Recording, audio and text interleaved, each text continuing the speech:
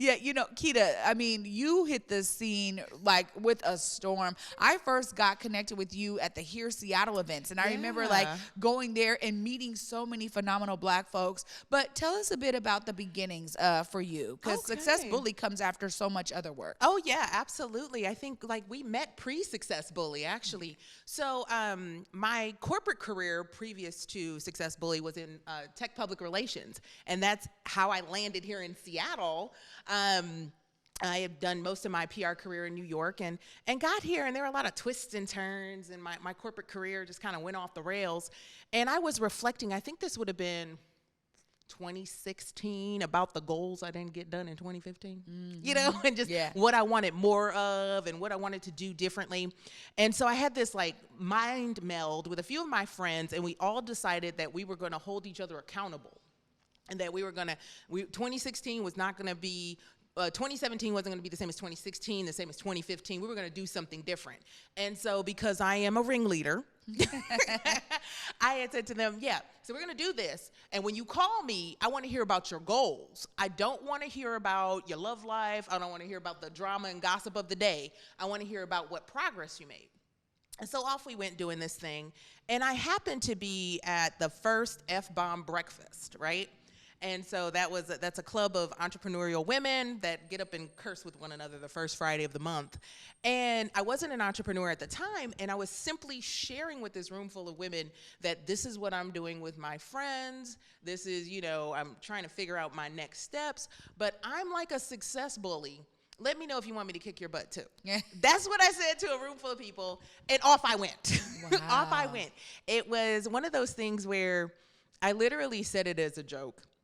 And it was lightning in a bottle, where like it resonated with a lot of folks, and immediately they knew what I was talking about. And yes, there have been twists and turns and what it was versus what it is now 6 some years later. But my passion comes down to we can achieve our goals. And you are 95% more likely to achieve your goals when you have consistent accountability. And so what it's kind of turned into is being more of a business coach, because at a certain point, nobody's checking the CEO. You grow your business to a certain point, and then you're on this island, right? Yeah. And so I'm very passionate about scale and creating the skill sets to be an entrepreneur, because most of the time when you start your business, right, it's the thing you do. It's that thing you like or you enjoy or your passion or that gift that you want to bring to the world. But all the behind the scenes, that's not your ministry, right? That's right? Like accounting is not my ministry. It's not. It's not my ministry. Marketing, I know enough to be dangerous. Yeah, but not run a marketing agency, right? Sales, I'll get you to a yes, but I don't consider myself a salesperson. Yeah. And so how do we prepare ourselves for all the other bits that happen behind the scenes with business? So. Well, this is really so fascinating to me, because I love the fact that so many of us are bringing our brilliance into this space. And, we saw a lot of business startups during the pandemic. Absolutely. I have spoken to so many business owners who are like, look, I had the time. I said, now is the time. Right. And I love that, because people are really stepping out into what they consider to be their passion, something they were probably doing as a side project. I even think about myself, Keita, in terms of like, people are like, well, you should be speaking to, people all over the world. You should be doing that. And then when people are sharing their vision for me, I'm like, you know what? Actually, that's a thing, right? That could be a thing. But you're so right about needing that accountability measure. Tell us how it actually has grown since you kind of started, with your friends, and then bringing it out to this group of women. Tell us the growth of Success Bully. What's happened? So I started as a side hustle. So I was working full time, working on an international comms team for a tech brand. And I think when people say, I don't have time for this, I think that's a not truth, because it's a priority. If you make it a priority, you can fit it into your life. If you sit down and you watch Netflix or Hulu or HBO Plus or Disney Plus, have I named them all? Right. If you're watching Converge for 2+ hours a night after work, you have time to run a whole other business, right? Yeah. You have a whole lot of time, right? And so it started as this side hustle. And I was able to scale it through doing corporate workshops and coaching.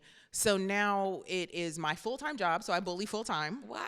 And I work probably 25 hours a week. Wow. I have an attitude if I work a full 40-hour week.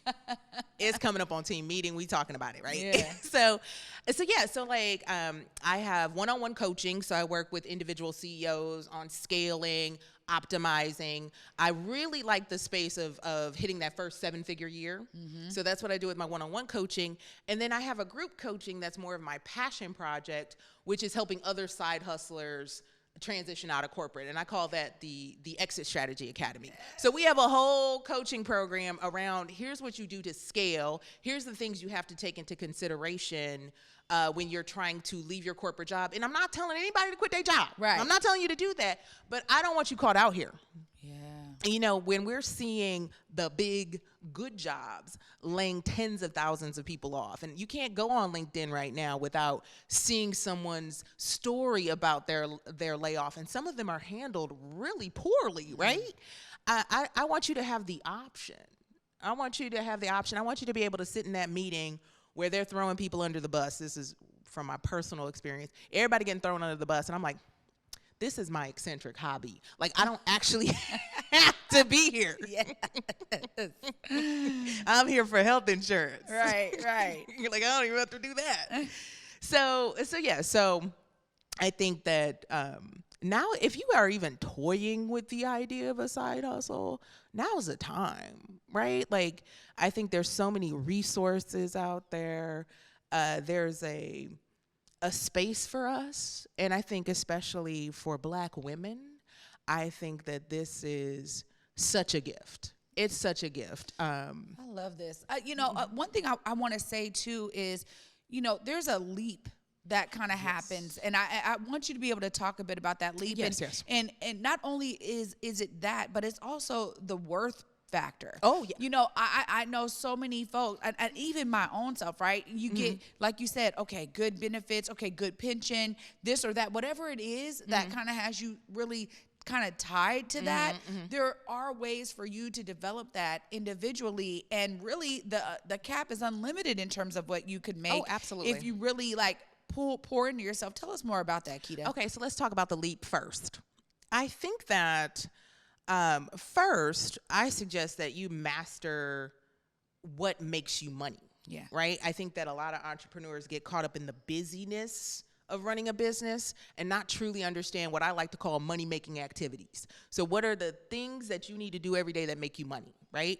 And once you kind of have an understanding of that and you have a strong pipeline where it's predictable, you know that if I turn this knob, these are my results, that's when I would say start thinking about your exit.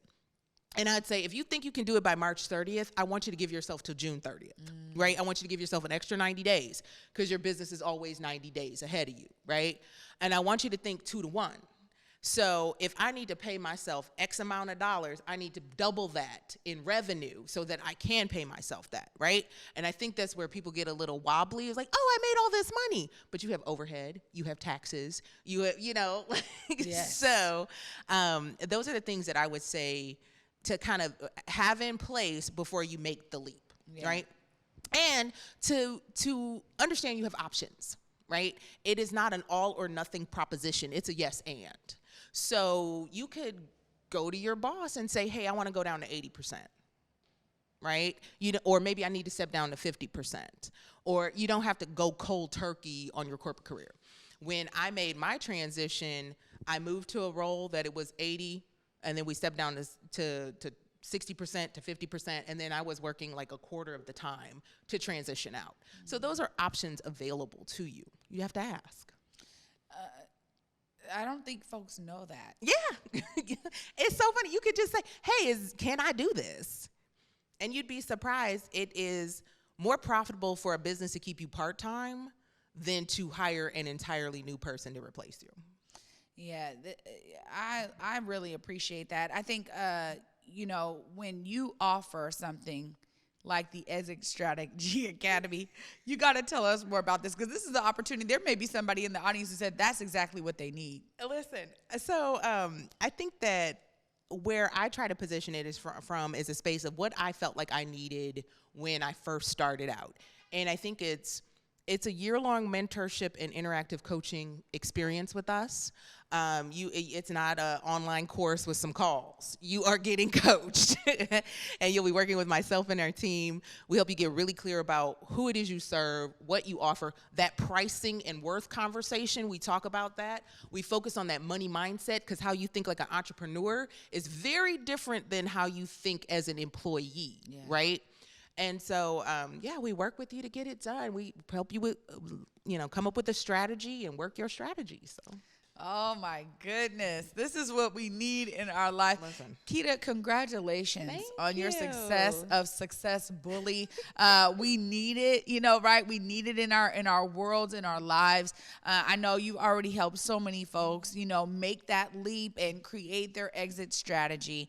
Of course, I got to give you time, because people out here may be like, man, I need to get with Keita. Make sure you look right there in that camera. Let folks know how they connect with you. You can find me at successbully.com.